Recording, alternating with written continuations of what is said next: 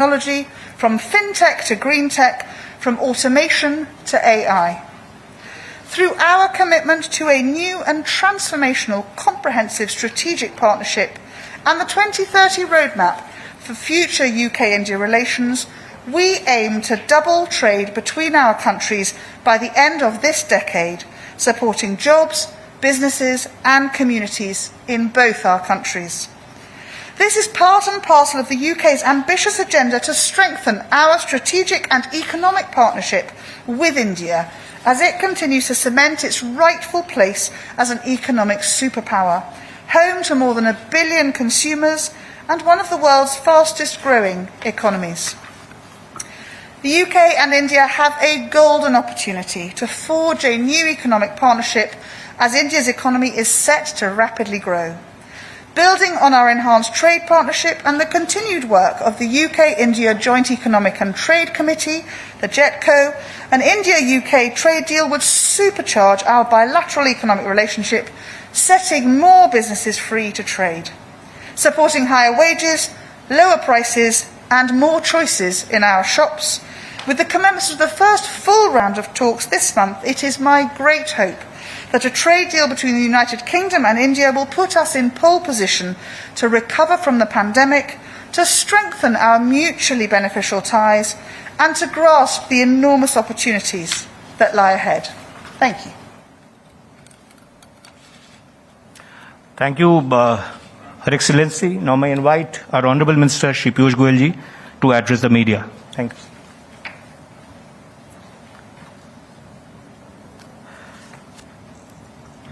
Thank you very much, Your Excellency, for your very kind words. It's truly an honor for India and for me personally to welcome you for this momentous 15th JETCO between UK and India and co-host it with you, Your Excellency. India and the United Kingdom are two dynamic leading economies of the world, are coming together to embark on this next phase of our economic partnership, moving from the enhanced trade partnership which was launched by the two Prime Ministers in May last year to expanding it to a full-fledged discussion on a free trade agreement, on a comprehensive economic partnership, is truly a very, very important milestone in our engagement between the two countries. We are looking forward to a very multidimensional economic partnership between the two countries, particularly when we both share vibrant democracies, we share rich history and traditional cultural ties over centuries. The diverse Indian diaspora in the UK, who are in some sense a living bridge between the two nations, add a lot of dynamism to this relationship.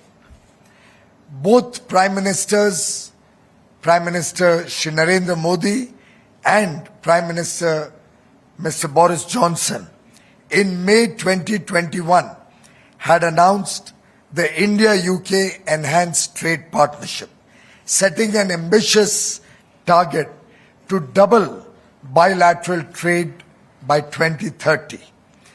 They agreed on negotiating a comprehensive and balanced free trade agreement, including consideration of an interim trade agreement to deliver early gains. Friends, since last year, we have delved into a promising new phase of the India-UK relations by entering into more and more strategic dialogues and engagement with the United Kingdom. Today, the terms of reference of the free trade agreement have been finalized and formally endorsed by both countries, and therefore we are launching formal negotiations for the free trade agreement, for which both teams will be proactively and regularly engaging with each other, deliberating on different aspects of our relationship, and fast-tracking the interim agreement or an early harvest agreement, where we hope to capture the low-hanging fruits which will provide opportunities for businesses on both sides in UK and India and help us substantially enhancing the volume of trade in goods and services. Our cooperation will extend in areas like tourism, technology, startups, education, climate change, amongst others. We are looking forward to a very strong partnership, a mutually beneficial trade agreement with balanced concessions and market access in a wide range of sectors. Today's discussions have also focused a lot on ensuring that the free trade agreement is accompanied by significant progress in market access issues, which will help expand sectoral cooperation and also remove any trade restrictions beyond tariff restrictions. This will truly generate both direct and indirect jobs in both countries and help people in our quest for greater prosperity. The India-UK FTA will also contribute in integrating value chains or supply chains between the two countries and augment our mutual efforts to strengthen the resilience of supply chains between the two nations. Our leaders had envisioned launching the free trade agreement by early 2022, and I don't think it can get earlier than today. I'm happy to say that we could successfully conclude our discussions in a timely manner to announce the launch of our free trade negotiations today, despite the severe restrictions around COVID pandemic. I'm grateful indeed to Her Excellency Miss Anne-Marie Trevelyan for visiting India and showing the deep commitment that both sides have to this agreement, and there is nothing better than meeting each other, exchanging ideas, and coming up with innovative solutions to the problems of the past. I would like to thank and congratulate both teams from India and UK for the significant effort they have put in over the last few months and wish them well for the future negotiations. The start of the new year on this optimistic note between two friendly countries, between two strategic partners, I'm sure will augur well for the future in the post-COVID world, post-pandemic world. We look forward to working closely with you, Excellency, and with your team to conclude both the interim agreement and the final free trade agreement at an early date. Thank you very much.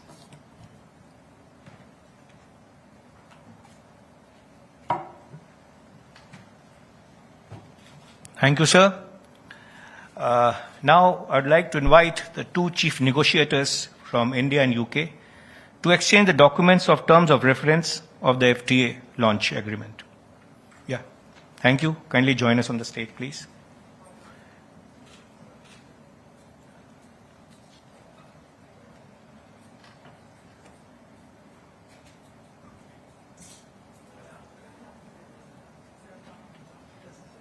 Yeah.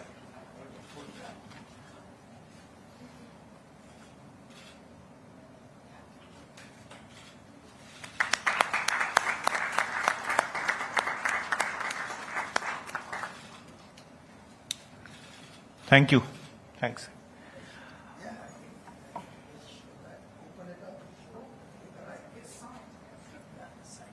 Yeah. अभी थोड़ा आगे से, yes.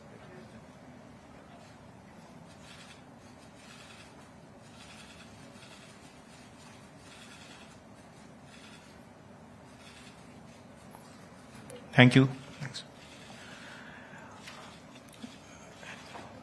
Now we come down to the point where we'll have a media interaction. It was a very unique kind of platform media interaction that we're having today. The paucity of the time, the COVID, and the inability of lots of media persons to come in, so we decided to go in for a video conference format. Also, but the necessity was felt, at least we should have some agencies out here, so we invited the PTI and ANI from India, single agencies, and BBC and writers from UK. They are here in physical person. The rest of the colleagues are there joining us, sir, from online. And I know your times are very limited, so we'll take little few questions, possibly 2 or 3, we'll try our best. I'd request all of you should kindly keep your the VC's audio off so that you can hear others, okay? Questions had come as they are requested, and we'll take them in the orders of priority in the time that we have. The first question is, we'll take from BBC, which is present here. BBC. Hello there. Can you hear me? Oh, you can, yeah. Secretary of State, you said that all options are on the table when it comes to securing a trade deal. Does that mean that you're willing to relax visa restrictions on Indians going to the UK? And Mr. Goyal, can I also ask, is that a key demand from the Indian side when it comes to securing a deal? And Secretary of State, since you are here, may I also ask, do you think that Boris Johnson should resign? Well, I think we should stick to the... Yes. I think that question was addressed to Her Excellency, but we should stick, yeah. I think nothing is necessarily a deal breaker in this agreement. This agreement is being discussed in a spirit of cooperation and friendship. And I do not think there is any need for anybody to worry about issues which are sensitive to any country, because both sides have agreed that sensitive issues are not our priority. We have to capture issues where the possibilities are immense, and therefore I can assure all the people of the United Kingdom that neither is that a pressing or an overriding demand, or for that matter, on both sides, there is no demand which is absolutely a deal breaker or absolutely a must. Thank you, sir. Thank you, sir.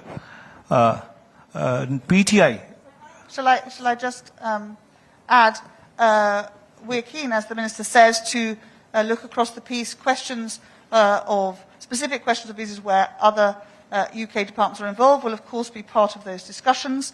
I have a very clear mandate approved from the whole of Whitehall to work, and it's very broad and very deep, because we want to find as effective and impactful a series of chapters that we can bring together in our FTA, which will ensure that our UK businesses, Indian businesses, UK and Indian citizens can grow as we've both already set out in that relationship, building the trading and those skills sets that we can share so that both our economies can see a boost and a long-term benefit for both countries. So we'll be working together at the pace as we've set out to see how much we can draw together in this really important, and for me the first of my important FTAs this year, as the UK sets out on her independent journey post-Brexit to be able to really build those relationships in the Indo-Pacific, and particularly with India. This is a critical partner for us to see that trade growth. Thank you, Her Excellency. Next question is by PTI. Good afternoon, sir. So my question is to Minister, sir. So we have observed that normally these FTA negotiations take a whole lot of time, sometimes years, to conclude the negotiations. Are we fixing any kind of deadline to conclude the talks for interim, and what would be the deadline for concluding the final FTA negotiations? Thank you. Thank you. So we are working to a broad time of trying to land the breadth of areas we want to together, but those agreements never happen. And those agreements never give you the desired results. Because where you start from and where you end, situations change. The good part is both sides have agreed that we will focus initially on areas which are of mutual benefit and where there's less disagreement, for which we have set a very aggressive timeline of the next few months. And we feel confident that there's so much complementarity between the two economies that we should easily be able to come up with a very substantive agreement in the initial phase itself. Going forward, if the spirit of accommodation, which has been demonstrated by both sides in the run-up to the FTA launch, continues the way it is, and we take the leader's direction, which Prime Minister Modi and Prime Minister Johnson have given us, I think we are committed to concluding this negotiation in about a year's time. Thank you. Thank you, sir. The next question we'll be taking online. I think we can have the grid. Rajiv from Hindustan Times. Rajiv Jaiswal. Hi. Yeah, please. Good afternoon. Question, ma'am. Is Britain keen on concluding a full FTA or prefer an early harvest deal followed by a full FTA? Thank you. So we're very keen to move forwards at pace as we've set out, and we're very happy to look at an interim agreement in the months ahead, as Minister Goyal has just expressed, so that we can use that as part of our journey to the FTA. But we are all aiming to achieve a broad and comprehensive FTA, and we hope in the course of this year. Thank you, Her Excellency. The next question is by Reuters. Reuters. Thanks a lot.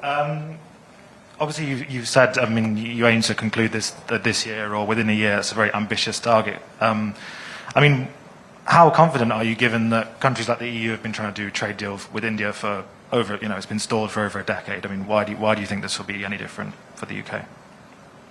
I believe it will be good because, as we've set out, both our Prime Ministers are absolutely committed to this, and Minister Goyal and I are giving it a huge amount of resource and effort, and we have a fantastic team of negotiators who are working together. We want to be efficient. We will be progressing the areas that we have, as Minister Goyal has already set out, a number of areas where we have agreement that we want to work to pull that together, and we want to find something that works for both countries. So we are committed to doing that in a really timely and effective way. We want to get on to be able to help our businesses trade. Thank you. The next question is online. Can we switch the online grid, please? Mr. Girish from Mint. Sir, am I audible? Yes, you are audible. Please proceed. Yeah. Yeah. Thank you very much, sir, and congratulations for successfully starting the negotiations, and my best wishes for its early conclusion. Sir, I would like to know that, in every trade negotiation, there are certain, apprehensions expressed by domestic industry from time to time. So I would like to hear from you what all are the, key areas where Indian industry would benefit, if you could. Thank you. Well, obviously, when you start a negotiation, there's always going to be apprehension. But the good part is that this time, all our engagement with different countries, and you're aware that I'm on negotiating table with several countries for free trade agreements. All of them have two very unique features. One, they are between trusted partners, and we are looking at engagement only with those countries with whom we feel a sense of comfort, a sense of understanding of India's own concerns, our limitations, the fact that we have a large population, the fact that we have to grow up the development cycle and increase prosperity level of our people.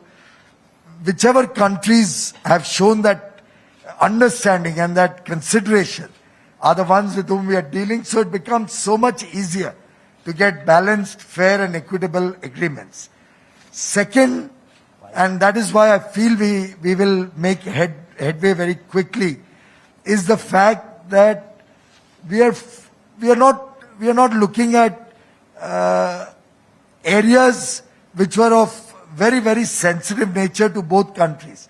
It's much easier to park them aside and focus on areas where there is more complementarity.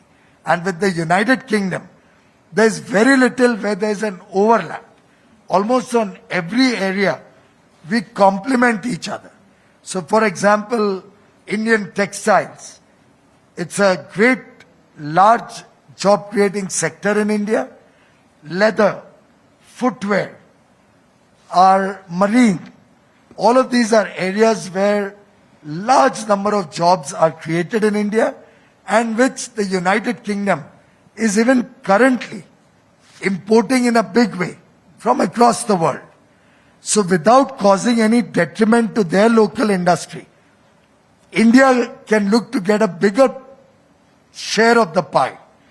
Similarly, products where the United Kingdom has very specific strengths, products like high-end machineries, very modern equipment, technologies, where India is a large importer and which provides business opportunities for businesses in the United Kingdom, which provides jobs for people in the United Kingdom, will help them grow their share of trade with India and take a larger pie of our existing imports. It's a win-win situation of two complementary economies that we are working together on. Thank you, sir. The last question is by ANI. ANI, we are here. Yeah.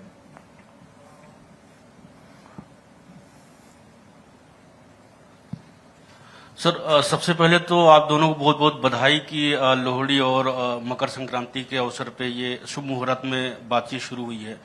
Sir यहाँ आने से पहले मैं कुछ reports देख रहा था UK की और इंडिया की, जिसमें यूके की रिपोर्ट्स की बात करें तो उसमें बोला जा रहा था कि स्टेट एग्रीमेंट से इंडिया को फायदा होने वाला है, ऐसी धारणा है वहाँ के मीडिया रिपोर्ट्स में। और इंडिया में भी ऐसी कुछ रिपोर्ट्स हैं जिसमें बोला गया है कि इस ट्रेड डील से जो है यूके को फायदा होगा। तो ऐसी धारणा कितनी सच है सर, इसके बारे में जानना चाहेंगे। और इस डील से जो है दोनों देशों के लिए कितना फायदेमंद होगी ये deal? Sir, I'll translate it in English. Yeah. First of all, a colleague from ANI has given us good wishes on Lohri festival in India. Okay. Then he's asked, being two great democracies along with strong media, how do we assure all concerned that the respective countries, the interests of the nations are not being compromised and both the countries are going to have a win-win situation? What he said, he alluded to some reports in the UK media that India will benefit in a bigger way, and in the Indian media that UK will benefit in a bigger way. I think those who understand agreements or making any transaction recognize that both sides have to win.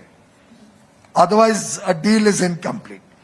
And I think it's only fair to expect that whatever agreement will come out of the final outcome of the free trade negotiations will be with a great deal of stakeholder consultations on both sides.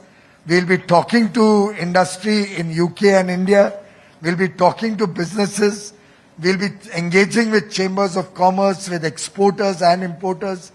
And on both sides, our effort will be to bring in new technologies on the table, to bring in new avenues of growth for both countries, to help both countries reduce cost so that both countries and the people of both countries can benefit.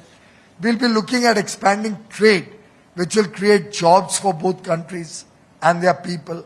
So the idea is to look for a win-win solution which will benefit, as I said earlier, in a balanced, fair and equitable manner, both the countries and the people of both countries.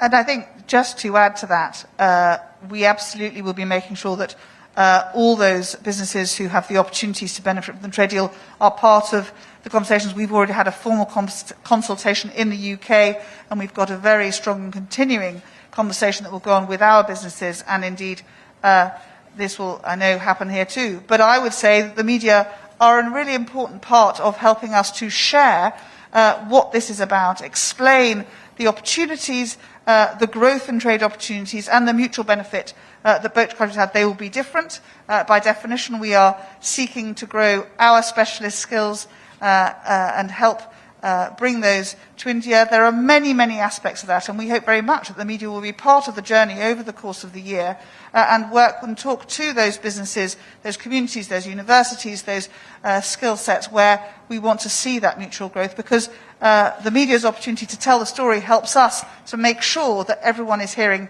what those positive benefits of a free trade agreement are. Thank you.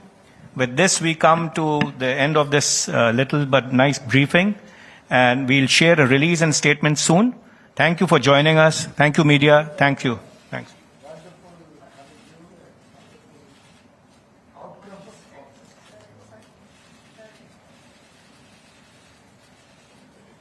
Thank you.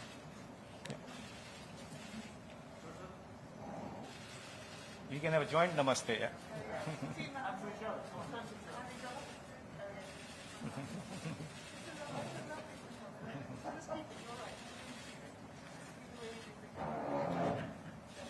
We'll have a small bite for social media.